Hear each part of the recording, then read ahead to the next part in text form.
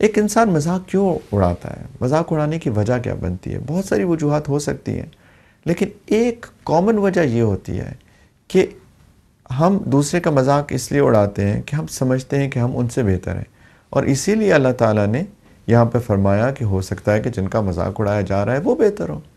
ہمیں کیا پتہ اللہ کی نظر میں کون بہتر ہے؟ دلوں کے حال تو اللہ جانتے ہیں نا۔ ٹھیک ہے، ہم لوگ ظاہر پہ شاید کوئی ججمنٹ پاس کر سکتے ہیں کہ یہ بندہ ظاہری طور پہ تقوی والا انسان ہے، لیکن جو دل کی کیفیت ہے وہ کوئی نہیں جان سکتا سوائے اللہ کی ذات کے۔ تو اس کے دل کی کیفیت کیا ہے؟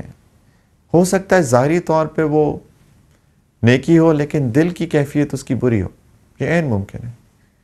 اور یہ بھی ہو سکتا ہے کہ ظاہری طور پہ ابھی کوئی شخص سٹرگل کر رہا ہے، ابھی وہ محنت کر رہا ہے کہ میں اپنے ظاہر کو بھی اچھا بنا لوں، لیکن اس کے دل کی کیفیت بہت اچھی ہو چکی ہے۔ تو ججمنٹ تو اللہ تعالیٰ کے پاس ہے، کوئی کسی کے بارے میں ججمنٹ پاس نہیں کر سکتا۔ ججمنٹ صرف اللہ تعالیٰ کے پاس ہے۔ خدا تو اللہ تعالیٰ کی ذات ہے، تو اللہ کی نظر میں ہو سکتا ہے وہ شخص بہتر ہو۔ تو اس لیے لوگ مذاق اڑاتے ہیں کبھی کبھی کہ وہ اپنے آپ کو اس سے بہتر سمجھتے ہیں، اور یہ بے حیثیت خود ایک بہت خطرناک چیز ہے۔ اپنے آپ کو کسی سے بہتر سمجھنا، اس کو شریعت کی الفاظ میں تکبر کہتے ہیں، اپنے آپ کو بڑا سمجھنا۔ دیکھیں، کبریائی صرف ایک ذات کو سجتی ہے اور وہ اللہ تعالیٰ کی ذات ہے۔ اللہ اکبر، صرف اللہ کی ذات سب سے بڑی ہے، اللہ کی ذات بڑی ہے، باقی تو سب انسان ہیں، ساری مخلوقات ہیں، اللہ تعالیٰ خالق ہے۔ ہم میں سے کسی کو حق نہیں پہنچتا کہ ہم اپنے آپ کو کسی سے بڑا سمجھیں۔ میں اگر نماز پڑھتا ہوں اللہ کی توفیق سے، تو یہ کون سی بڑی بات کر رہا ہوں؟ نماز پڑھنا تو فرض ہے، یہ ایسے ہی ہے جیسے کہ کوئی سانس لے رہا ہوتا ہے، یہ روحانی سانس ہے، سمجھیے۔ آپ دیکھیے نبی کریم علیہ السلام جب کسی کو مسلمان کرتے تھے، کہ کوئی بیعت اسلام کرتا تھا نبی کریم علیہ السلام کے ہاتھ پر، تو نبی کریم علیہ السلام اس وقت اس کو بتاتے تھے کہ یہ فرائض ہے، تمہیں 5 وقت کی نماز پڑھنی ہے، رمضان المبارک آئے گا، روزے رکھنے ہیں، زکوٰۃ دینی ہے، استطاعت ہو تو حج کرنا ہے۔ لیکن آپ دیکھیے، کیا ان لوگوں کو بار بار اس چیز کا ریمائنڈ کرایا جاتا تھا کہ نماز پڑھو، نماز پڑھو، نماز پڑھو؟ نہیں، کیونکہ جب وہ مسلمان ہو گئے تو نماز تو ان کے لیے لازم و ملزوم ہو گئی، وہ تو ان کے لیے مینڈیٹوری تھی، کمپلسری تھی، ضروری تھی۔ اس کے بعد کسی مسلمان کو نہیں بتایا جاتا تھا کہ نمازیں پڑھو، یہاں تک کہ منافقین بھی آ کے مسجد میں نماز پڑھتے تھے، کیونکہ ان کو پتا تھا کہ اگر ہم نے مسجد کی نماز چھوڑ دی تو ہمارا بھانڈا پھوٹ جائے گا کہ ہم تو منافق ہیں۔ تو مسلمان کے ساتھ نماز تو لازم و ملزوم ہے۔ اگر کوئی انسان نماز پڑھتا ہے تو کیا کمال کر رہا ہے، تو اپنے آپ کو بڑا کیسے سمجھ سکتا ہے؟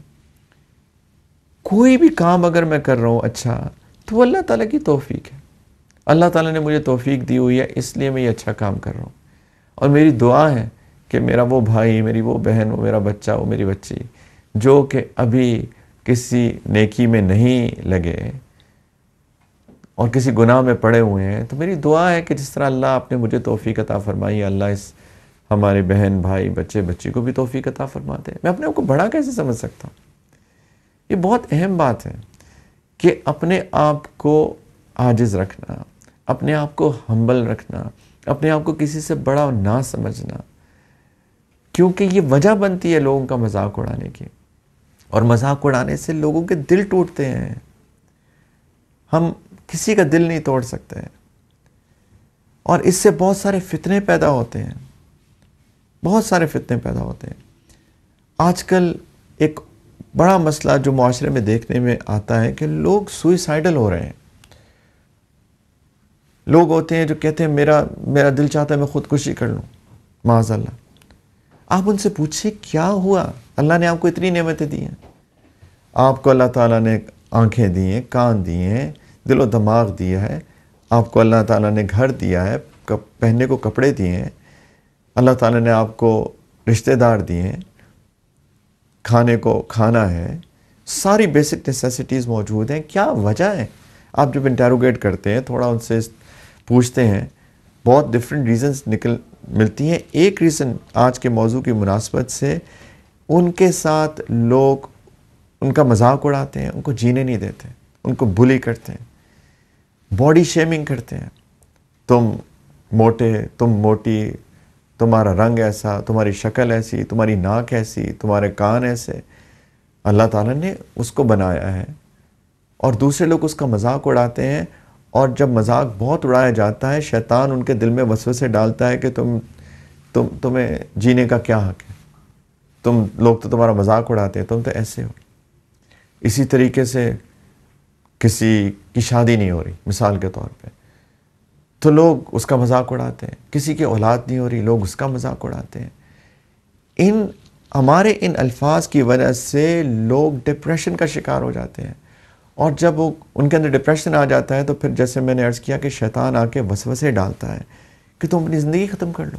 اور ہمیں معلوم ہے کہ زندگی ایک امانت ہے خدا کی، اللہ تعالیٰ کی ایک امانت ہے یہ زندگی جو کہ ہم کو دی گئی ہے. ہمیں کوئی حق نہیں پہنچتا کہ اس امانت میں خیانت کریں.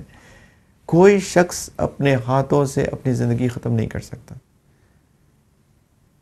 لیکن شیطان وسوسہ ڈال کے اس بندے کو اللہ تعالیٰ کی اس نافرمانی کا ارتکاب کروانا چاہتا ہے. لیکن سوچنا یہ چاہیے کہ اس کی روٹ کاز کیا بنی، اس کی وجہ کیا بنی. شاید کسی کے الفاظ، اس کا کسی کو مذاق اڑانا، اس کا کسی کو تانے دینا. اور یہی اللہ تعالیٰ آگے یہ بھی فرمایا وَلَا تَلْمِزُوا أَنفُسَكُمْ، کہ تم ایک دوسرے کو تانے مت دیا کرو. وَلَا تَنَابَزُوا بِالْأَلْقَابِ، ایک دوسرے کو برے القابات سے بھی مت پکارا کرو، برے نام مت رکھا کرو. یہ بھی ہمارے معاشرے کے اندر عام ہے کہ ہم برے برے ناموں سے ایک دوسرے کو پکارتے ہیں. نام رکھ لیے. دیکھیے ہر شخص قابل عزت ہے. آپ کسی سے اختلاف کر سکتے ہیں لیکن کسی کی بے عزتی نہیں کر سکتے ہیں.